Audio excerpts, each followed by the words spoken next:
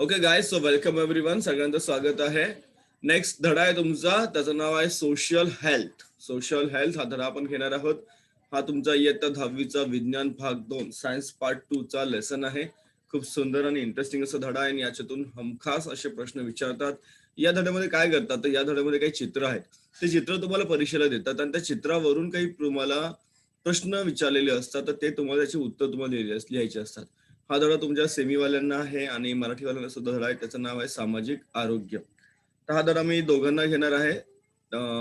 Turn by turn आपल्याला धडा घ्यायचा आहे, कारण अ, आणखी तुम्हाला कळेल मराठीतून आणि इंग्रजीतून सुद्धा हा धडा. चा धडा शिकायचा तुम्हाला सोशल हेल्थ म्हणजे काय, त्याचबरोबर तुम्हाला शिकायचं आहे factors endangering the social health and stress management. Stress management हा एक महत्वाचा भाग आहे, कारण सध्याच्या धकाधुकीच्या युगामध्ये अनेक लोकांना ताणतणाव हा सहन करावा लागतो. बघा, धड्याचं नाव आहे तुमचं सामाजिक आरोग्य. त्यात तुम्ही सामाजिक आरोग्य म्हणजे काय शिकणार आहात, सामाजिक आरोग्य धोक्यात आणणारे घटक कोणकोणते आहेत ते आपल्याला शिकायचं आहे. त्याचबरोबर ताणतणावाचं व्यवस्थापन कसं करायचं. ताणतणाव हा सर्वांच्या आयुष्यातला प्रश्न. आज तुमच्याहून आता तुमच्यातले काही मुलं आहेत, त्यांना सुद्धा ताणतणाव होत असेल. अभ्यास आहे, खूप लोड आहे, वगैरे वगैरे वगैरे. काही प्रश्न तुम्हाला दिलेले इथे बघा. जसं elders always instruct you to go out of the home to interact with relatives and others and play outdoor games, but not to spend time continuously with television, phone, and internet. बघा, लक्ष द्या. तर तुमचे जे वडीलधारे आहेत, ते वडीलधारेचा अर्थ काय होतो? मोठी माणसं. वडीलधारे म्हणजे काय? मोठी माणसं तुमचे सगळेच आले त्याच्यामध्ये. तर तुम्हाला नेहमी सांगितलं जातं की घराबाहेर पडून इतरांमध्ये जा, नातेवाईकांमध्ये मिसळा, मैदानी खेळ खेळा. सतत दूरदर्शन, फोन, इंटरनेट यांमध्ये वेळ घालवू नका, हे तुम्हाला सांगितलं जातं. का बरं सांगितलं जातं असं? व्हॉट इज द रिझन गाईस? काय रिझन काय त्याच्या मागे बघा. So why the children of your age are instructed same in each home? प्रत्येक घरी तुम्हाला सांगितलं जातं. Our lifestyle has been changed to some extent in this age of technology. Each person is busy. Each person is busy with own daily routine, work, and favorite job only. How much is it scientifically correct? Earlier, we have studied the importance of physical health, cleanliness, staying healthy. However, the concept of health does not end with it only. बघा, परत सांगतो मला काय आहे आणि समजावून सांगतो परत. तर तुमच्या वयाची जी काही मुलं असतात, तुमच्या वयाचे जे काही आहेत, मुलं मुली आहेत, मुला मुलींना सर्व घरी हाच एकच सल्ला दिला जातो. सगळ्यांच्या घरी हेच सांगितलं जातं तुम्हाला. बरं, असं का बरं सल्ला देतात तुम्हाला? आता जे युग आहे ते युग कसं आहे? तंत्रज्ञानाचं युग आहे. युग कसं आहे? तंत्रज्ञानाचं युग आहे. या युगात आपली जीवनशैली काहीशी बदललेली आहे. प्रत्येक व्यक्ती फक्त स्वतःच्या दैनंदिन कामकाजात किंवा आवडीच्या उद्योगामध्ये काय असतो? तो व्यग्र असतो. तर शास्त्रीयदृष्ट्या हे किती योग्य आहे? याच्या आधी तुम्ही शिकलेला आहात, जसं शारीरिक आरोग्य शिकलेला आहात, स्वच्छता शिकलेला आहात. जिगर, आवाज बंद ठेवायचा बाळा प्लीज. निरोगी राहण्याचे महत्व यांचा अभ्यास केला आहे, पण आरोग्याची व्याप्ती या एवढीच आहे का? नाही. बघा पुढे काय दिलं तुम्हाला. येस, सो नेक्स्ट बघा काय दिलं तुम्हाला इथे. Classify your classmates into following groups depending upon the observation for a week. एक आठवड्याभर तुम्हाला ऑब्झर्वेशन करायचं आणि तुमच्या वर्गामध्ये, तुमच्या क्लासरूममध्ये, तुमच्या वर्गामध्ये जे काही तुमचे मित्रमंडळी आहेत, त्यांच्यापैकी तुम्हाला काय करायचं? क्लासिफाय करायचं. कसं क्लासिफाय करायचं? पहिलं, हायली इंटरॅक्टिव्ह. काही लोक असतात जे हायली इंटरॅक्टिव्ह असतात. दुसरं, ऑकॅजनली इंटरॅक्टिव्ह, जे कधी कधी तुमच्याशी बोलतात. आणि दुसरं, नॉन इंटरॅक्टिव्ह, जे बोलतच नाही. So make a list of friends of each of the above three group members and also mention the group to which you belong. तुम्ही कुठे असता ते पण तुम्हाला जमलं पाहिजे की आपण कुठे आहोत. काय आहे तर तुम्हाला वर्गीकरण करायला सांगितलं मित्रमैत्रिणींचं. आठवड्याभर लक्ष द्यायचं त्यांच्याकडे. मग तुम्हाला आठवड्यात कळेल की कोण व्यक्ती आहे तुमचा, कोण मित्र, कोण मैत्रीण अशी आहे जो सर्वांशी किंवा जी सर्वांशी भरपूर बोलतो. काही कामापुरतेच बोलतात, तर काही अजिबात बोलत नाहीत. असं वर्गीकरण करा मित्रमैत्रिणींचं. आणि तुम्ही सुद्धा कुठे आहात हे सुद्धा तुम्हाला जाणवायचं आहे. तुमच्यापैकी कोणी इच्छे असेल, कोणी इच्छे असेल तर कोणी इच्छे असेल, बरोबर की नाही. तुमच्या कोणी खूप बोलणारे असतील, सगळ्यांशी बोलणारे असतील, काही कामापुरतच बोलणारे असतील, तर काही अजिबात बोलत नाही. कितीही शिक्षकांनी विचारा, अजिबात तोंड उघडत नाही काही काही मुलं. असो. पुढे बघूया काय आहे. So what is social health guys? Social हेल्थचे तुम्हाला काही क्रायटेरिया दिले इथे बघा. So these are the factors affecting social health. Social हेल्थला फॅक्टर्स अफेक्ट कोणकोणते करतात बघा इथे. आधी तुम्हाला हे वाचून दाखवतो, मराठीकडे जातो बघा. सोशल हेल्थला कोणकोणते फॅक्टर्स अफेक्ट करतात बघा इथे. हा. सो आपण एक स्टार्ट करूया एज्युकेशन पासून. एज्युकेशन, त्यानंतर financial status, gardens, social and sorry social and physical condition of surrounding, social environment of the surrounding residential area, water, toilets, political conditions, that is views, playgrounds, social treatment, social safety, transport facilities, education and job opportunities, and satisfying basic needs of persons. कोणकोणते आहेत? Food आहे, clothing आणि shelter, medicine आणि मग education. Getting? परत सांगतो बघा, हे खूप महत्वाचे फॅक्टर्स तुमच्याकडे आहेत बाळांनो. लक्ष द्या. तर कोणकोणत्या गोष्टी आहेत ज्यामुळे आपल्या सामाजिक आरोग्यावर परिणाम होतो? कोणकोणत्या गोष्टी आहेत सामाजिक आरोग्यावर परिणाम करणाऱ्या? सुरुवात करूया शिक्षणापासून. शिक्षण आहे, त्यानंतर आर्थिक स्तर आहे, उद्याने, आजूबाजूची सामाजिक व भौतिक परिस्थिती कशी आहे, परिसराचे सामाजिक वातावरण कसं आहे, निवासाचं ठिकाण कसं आहे, पाणी, स्वच्छतागृह, राजकीय वातावरण म्हणजे दृष्टिकोन काय आहे, मैदाने, समाजाकडे मिळणारी वागणूक, सामाजिक सुरक्षितता, परिवहन सुविधा, शिक्षण आणि नोकरीसाठी मिळणाऱ्या संधी, आणि त्यावर व्यक्तीच्या मूलभूत गरजा. कोणकोणत्या गरजा आपल्या? अन्न, वस्त्र, निवारा, औषधोपचार आणि शिक्षण. या सर्व गोष्टी आहेत, त्यामुळे सामाजिक आरोग्यावर परिणाम होतो. हे घटक आहेत. These are the factors affecting the social health. आपल्याला दिलेले आहे काही काही याच्यामध्ये गोष्टी दिलेल्या आपल्याला इथे पुढे बघा. So sorry guys. Out of various aspects of social health, we thought only one in the above mentioned activity. Social health is the ability of a person to establish relationship with other persons. ही व्याख्या आहे social हेल्थची.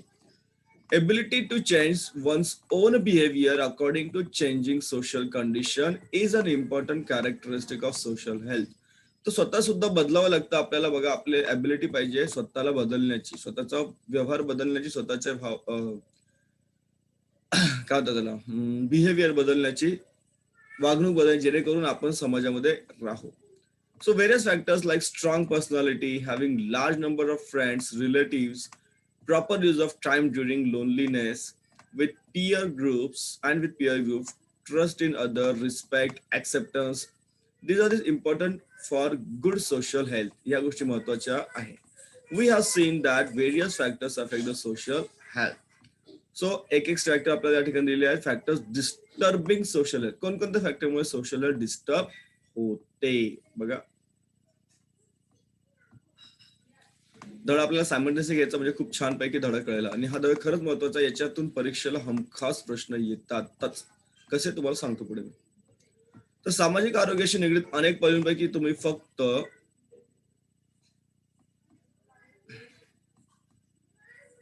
एकाच पैलूचा विचार वरील कृतीमध्ये केला. एखाद्या व्यक्तीचे इतर व्यक्तींशी असणारे संबंध स्थापन करण्याची क्षमता म्हणजेच काय? सामाजिक आरोग्य. ही झाली त्याची व्याख्या, सामाजिक आरोग्याची व्याख्या. तर बदलत्या सामाजिक परिस्थितीनुसार तुम्हाला स्वतःचे वर्तन अनुकूल करता येणे हेच सामाजिक आरोग्याचे लक्षण आहे. बघा ना, एक उदाहरण साधं आहे. सध्या आज लॉकडाऊन आहे, सगळे ऑनलाईन शिक्षण घेतो. त्यामुळे ऑनलाईन आपल्याला माहित नव्हतं कसं शिकायचं, किंवा मलाही माहित नव्हतं कसं ऑनलाईन लेक्चर घ्यायचे. परंतु यामुळे आपण स्वतःला बदललो. आपल्याला हळूहळू समजलं लेक्चर कसे घ्यायचे, लेक्चर कसे अटेंड करायचे. बरोबर. त्यामुळे हा बदल कसा झाला आपल्यामधला, हा जो बदल झालाय हा अनुकूल बदल झाला. तर ते काही काही मुलांनी काय केलं, प्रतिकूल बदल घेतला. नाही, आम्हाला येत नाही, आम्हाला करायचंच नाही, ऑनलाईन शिकायचंच नाही, असा काही लोकांनी बदल करून घेतला, ज्याला प्रतिकूल बदल असे म्हणतात. सामाजिक आरोग्य उत्तम असण्यासाठी व्यक्तिमत्वातील खंबीरपणा, मित्र, नातेवाईकांचा मोठा संग्रह असणे, समवयस्क किंवा एकटेपणाने वेळ योग्य रीतीत व्यतीत करणे, इतरांप्रती विश्वास, आदर आणि माणसांचा स्वीकार करण्याची प्रवृत्ती इत्यादी घटक महत्वाचे मानले जातात. सामाजिक आरोग्यावर विविध घटकांचा परिणाम होतो हे आपण पाहिलेलं आहे. आता घटक पाहायचा की बाबा सामाजिक आरोग्य धोक्यात कशामुळे येतं धोक्यात कशामुळे येतं लक्षात घ्या. खूप महत्वाचा धडा तुमच्यासाठी परीक्षेला सुद्धा आहे. पहिलं तुम्हाला दिलेलं आहे मेंटल हेल्थ किंवा मेंटल स्ट्रेस. इथे बघा तुम्हाला या ठिकाणी एक व्यक्ती आहे. या ठिकाणी काय आहे तर हा व्यक्ती उदास आहे. मेंटल स्ट्रेस आहे, त्याला मानसिक ताण आहे. त्याच्यावर काय मानसिक ताण आहे बघा. मानसिक ताण किंवा मानसिक ताण तणाव दिसतं तुम्हाला. तर तुम्हाला काय होतं परीक्षेमध्ये हा प्रश्न तुम्हाला चित्र दिलं जातं. ह्याचं चित्र दाखवलं जातं तुम्हाला आणि मग त्याच्यावर प्रश्न विचारले जातात. लक्षात घ्या. So what is mental stress guys? काय असतं mental stress? Competition has increased in opportunities for education, employment, business due to increase in population. लोकसंख्या वाढ झालेली आहे, त्यामुळे कॉम्पिटिशन वाढलेलं आहे, स्पर्धा वाढलेली आहे प्रत्येक क्षेत्रामध्ये, each and every field. Children are facing the problems of loneliness and mental stress due to reasons. कोणकोणते रिझन आहेत? First, nuclear family. Nuclear family म्हणजे आई वडील आणि मुलं. त्यामुळे होतं काय, आई वडील दोघं कामाला जातात, मुलं एकटी घरी असतात कधी कधी, त्यामुळे मुलांना थोडस ताण येतो, मानसिक ताण येतो. Parents staying outdoor due to job. आई वडील बाहेर राहतात कामानिमित्त. There are many bindings on girls and excessive freedom for boys in some families. बऱ्याच तुम्हाला पाहिलं असेल की मुलींना खूप बंधन असतात, बाइंडिंग बंधन असतात, आणि मुलांना खूप फ्रीडम असतं, खूप स्वातंत्र्य असतं. मुलगा रात्री 11 वाजेपर्यंत बाहेर गेला तरी काही प्रॉब्लेम नसतो, पण मुलं आणि मुली 7च्या आत घरात पाहिजे, अशी अनेक ठिकाणी परिस्थिती असते. Boys enjoy the concession from their domestic duties, whereas girls have compulsion for the same on the pretext that should be used to do it. बरोबर. आता मुलांना घरामध्ये भांडी घासायला लावत नाहीत, बरोबर, कपडे धुवायला लावत नाही, यांना नाही, ते नाही करत, म्हणजे म्हणतात ना मुलांची कामं मुलींना करायच लागतात. म्हणजे मुलींना घरातली कामं करून अभ्यास करावा लागतो, परंतु मुलांना तसं नाहीये. का? कारण ते केलंच पाहिजे वगैरे. So do you see the advertisement about increasing awareness on avoiding the discrimination between girls and boys or sisters and brothers in the same family on choice of for fresh or leftover food, learning medium, etc. बऱ्याचदा घरात तुम्ही पाहिलं असेल की समजा घरामध्ये तीन तीन मुलं आहेत घरामध्ये. एक मुलगी आहे पहिली, समजा पहिली मुलगी आहे, दुसरी पण मुलगी आहे आणि तिसरा मुलगा आहे सपोज मेल. आता या दोन मुलींना मराठीमध्ये किंवा सेमीला घातलं जातं आणि हा जो मुलगा आहे त्याला इंग्लिशमध्ये टाकलं जातं, इंग्लिश मीडियम टाकलं जातं. हे बऱ्याच घरात तुम्ही पाहिलेलं असेल. तसं होऊ नये. In societies too, adolescent girls have to unnecessarily face the problems like teasing, molestation. Girls are facing the problems of stress due to such gender inequality. Nowadays, everyone has to face the stress due to increasing disorder, crime, and violence. At the same time, people looking at this fast and easy way to for making money may become scapegoats, become part of such system. This is the deadly effect of social illness. लक्षात खूप महत्वाचा आहे social इलनेसचा deadly effect. बरं सांगतो समजलं नसेल तर. तर बघा, वाढतं शिक्षण झालंय, लोकसंख्या वाढलेली आहे. वाढत्या लोकसंख्येबरोबरच शिक्षण, नोकरी किंवा व्यवसायाच्या संधी मिळण्यातील स्पर्धा प्रचंड वाढलेली आहे. लक्षात घ्या, कारण लोकसंख्याच खूप आहे आपल्या भारताकडे. समजा एखादी सरकारी नोकरी असेल, जर 100 जागा असतील, त्या 100 जागासाठी तर बहुतेक वेळा कधी कधी 1 लाख, 2 लाख, 3 लाख, 10 लाख वगैरे अशा नोकरीचे अर्ज येतात. विभक्त कुटुंब पद्धती, नोकरी व्यवसायासाठी घरावर पडणारे राहणारे आई वडील, अशा कारणाने काही मुले लहानपणापासून एकाकी होतात. मानसिक ताणतणावांचा ते काय करत असतात, सामना करत असतात. काही घरांमध्ये मुलांना स्वैर स्वातंत्र्य दिलं जातं. मग तुम्हाला सांगितलं मी, परत परत सांगत नाहीये. आणि मुलींवर अनेक बंधने घातली जातात. घरातील कामे करण्यातून मुलांना सूट असते, पण मुलींना सवय हवी. बघा, बऱ्याच म्हणतात ना, मुलींना सवय हवी कामाची, म्हणून कामे करावीच लागतात.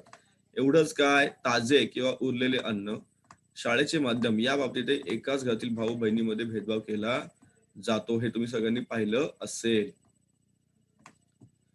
तसं करायचा नाही, याचा अर्थ, याच्या जाहिराती तुम्ही बऱ्याच ठिकाणी आता पाहिलेल्या असतील. असं करायचं नाही. समाजावर ते कुमारबाई मुलींना चेष्टा, मस्करी, छेडछाड अशा विनाकारण दिलेल्या त्रासांचा सामना करावा लागतो. अशा स्त्री पुरुष असमानतेमुळे मुलींना ताणतणावाची समस्या भेडसावत असते. काही असतात मूर्ख मुलं जे त्रास देतात अशा प्रकारे मुलींना. तर आपण ते सहन नाही करायचं आणि त्याला उत्तर द्यायचं असतं. पण परिणाम काय होतो, की मुलींवर त्याचा परिणाम होत असतो, ताणतणाव. समाजातील वाढती अव्यवस्था, गुन्हेगारी, हिंसा यामुळे हल्ली प्रत्येकाला ताणतणाव सहन करावे लागत आहे. त्यामुळे जलद व सोपे उत्पन्नाचे साधन अशा दृष्टिकोनातून याकडे पाहणारे या अपप्रवृत्तींना बळी पडतात आणि व्यवस्थेचा भाग होऊ शकतात. सामाजिक अनारोग्याचा हा काय दुष्परिणाम आहे, घातक असा दुष्परिणाम आपल्याला पाहायला मिळतो.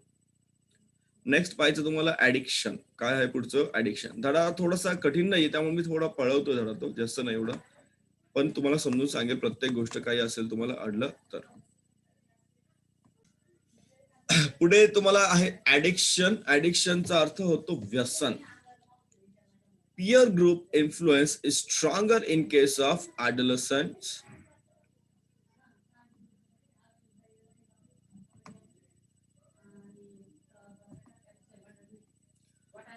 Adolescents always prefer the company of friends and follow their good and bad habits instead of following advice of parents and teachers. तर तुमच्या वयातली जी मुलं आहेत, तुम्ही तुम्ही ॲडोलसंट आहात ऑलमोस्ट. तर तुमच्यातल्या मुलांना आहे ना, आपले मित्र मैत्रिणी काय करतात ते जास्त महत्वाचं असतं.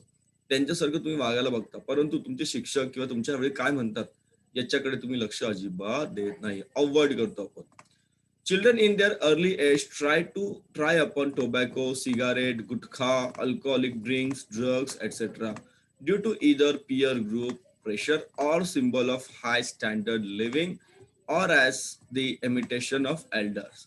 तर मोठ्यांचं बघून काही मुलांना या सवयी लागतात किंवा ते लावून घेतात. However, it may lead to addictions to such deadly substances. बरं, एखादं ठीक नाहीच आहे ऍक्च्युअली ते. परंतु काय होतं की याची सवय लागून जाते, त्याला त्या म्हणतात ऍडिक्शन. का त्याला ऍडिक्शन म्हणतात. नाव temporary intoxicating drugs of plant origin and some chemicals may permanently damage the human nervous system, muscle system, heart, etc. Earlier, we have studied the carcinogenic effect of tobacco containing substances on mouth and lungs. बऱ्याच गोष्टी तुम्हाला माहित असेल. गुटखा, तंबाखू, cigarette, बीडी, drugs हे सगळे काय आहेत तर व्यसनाधीनतेचे प्रकार आहेत. दारू वगैरे वगैरे. तर कुमारवयीन मुला मुलींमध्ये मुलं आणि मुली दोन्ही आले लक्षात घ्या. आज मुलींना सुद्धा याचा त्रास किंवा मुली सुद्धा बऱ्याच ठिकाणी ऍडिक्ट होत आहेत. व्यसन त्यांना सुद्धा लागत आहे. तर कुमारवयीन मुला मुलींमध्ये समन्वयांचा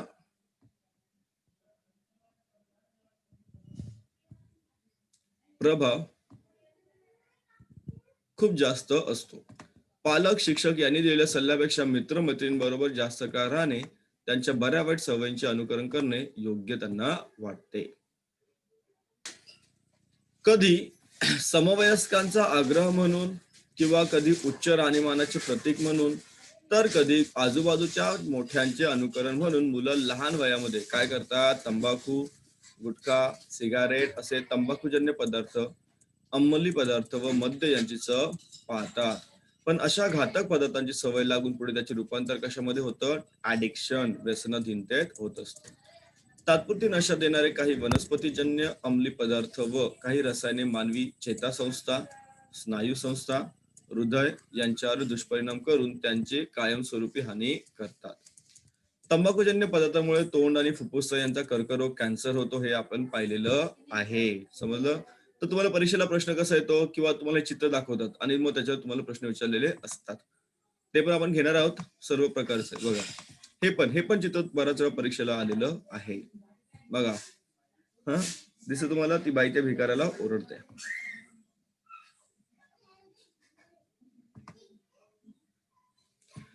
नाव इनक्युरेबल डिसीजेस, ज्यांना कुठलाही उपचार नाही, ज्यांच्यावर कुठलाही काय नाहीये, त्यांना कुठलाही उपचार त्याच्यावर होऊ शकत नाही, असे काही जे असतात इनक्युरेबल डिसीजेस. औषध नाही त्याच्यावर कुठलंही.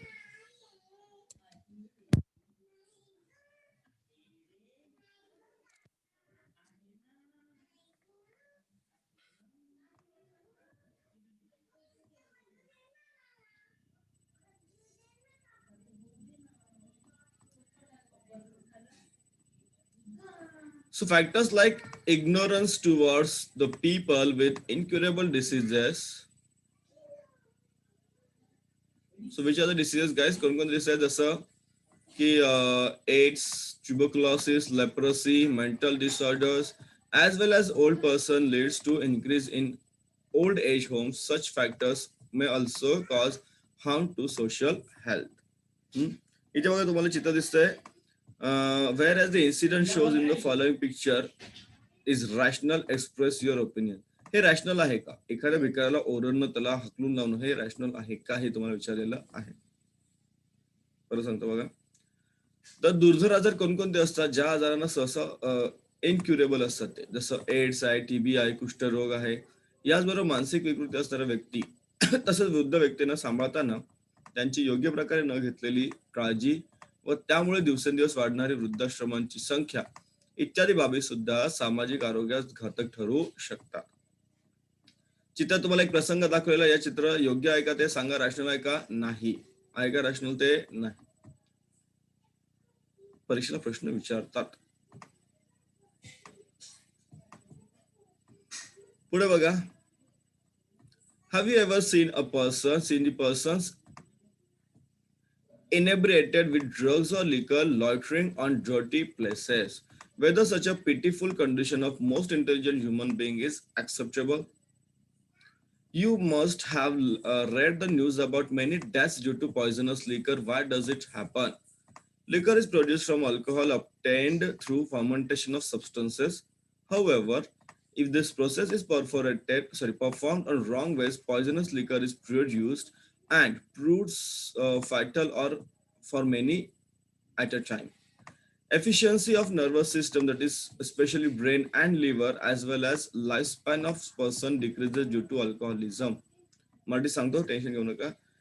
Brain development in adolescent is hindered due to alcoholism and thereby ability to memorization and learning becomes slow. Addictive person cannot think rationally. Due to this, the person has to face the social, mental and familial illness along with physical illness. तर हे दारूचे दुष्परिणाम आहेत बघा. तर अंमली पदार्थ किंवा मद्य यांच्या प्रभावामुळे जगाचे भान नसलेल्या अस्वच्छ जागी लोळत पडलेल्या तुम्ही पाहिलं असेल व्यक्ती तुम्ही पाहिलेल्या असतील बरोबर. दारू पिऊन कुठेतरी पडलेले असतात, लोळत असतात लोक किंवा मग काहीतरी व्यक्ती दारू पिऊन धिंगाणा घालतात, मस्ती भांडणं करतात वगैरे वगैरे. तर सर्वात बुद्धिमान असणाऱ्या मानव प्राण्याची ही दयनीय अवस्था योग्य वाटते का तुम्हाला? नाही. आपल्याला योग्य वाटत नाही, परंतु समाजामध्ये घडतंय आणि ते आपल्याला आवडत नाही आणि आवडलंही नाही पाहिजे. विषारी मद्य सेवनामुळे अनेकांचे मृत्यू सुद्धा होतात. तर विषारी मद्य सेवन म्हणजे काय रे बाळांनो? बघा, मी तुम्हाला आधी सांगितलं होतं विज्ञान शिकवताना, जेव्हा मिथेनॉल C2H5OH याला इथेनॉल म्हणतो, हे लिकर दारूमध्ये हा पदार्थ असतो. पण चुकून कधी कधी जर मिथेनॉल तयार झालं, काय तयार झालं? मिथेनॉल. तर यामुळे काय होतं? विषारी मद्य तयार होतं. काय तयार होतं? विषारी मद्य, पॉइझन तयार होतं आणि त्यामुळे लोक मरतात. होतं, बऱ्याच ठिकाणी होत असं. तर पदार्थांच्या किण्वनाने मिळणाऱ्या अल्कोहोल या रसायनापासून मद्याची काय होत असते? निर्मिती होत असते. पण ही प्रक्रिया चुकीच्या पद्धतीने झाली तर मात्र काय होतं? त्याच्यामध्ये मिथाइल अल्कोहोल तयार होतं, मिश्रण तयार होतं, विषारी रसायन तयार होतं. एकाच वेळी अनेकांसाठी हे जीवघेण ठरतात. आणि ऐकल्या असतील बातम्या की विषारी दारूमुळे एवढी लोक मेली, तेवढी लोक मेली. अल्कोहोलमुळे चेतासंस्था म्हणजे काय, विशेषतः मेंदू, यकृत यांची कार्यक्षमता, माणसाचे आयुष्य कमी होते. पौगंडावस्थेतील तुमच्या वयाची मुलांच्या मेंदूच्या वाढीला मद्यपानामुळे अडथळा येतो. मेंदूची स्मृती क्षमता, शिकण्याची क्षमता काय होत असते? कमी होते बाळांनो. व्यसनी माणूस सारासार विचार करू शकतो का? नाही. बघा ना, एखादा माणूस दारू वगैरे पिऊन आला, धिंगाणा घातला, मस्ती केली, सगळं याला शिव्या दे, त्याला शिव्या दे, अपशब्द बोल, लोणं इकडे तिकडे झालं.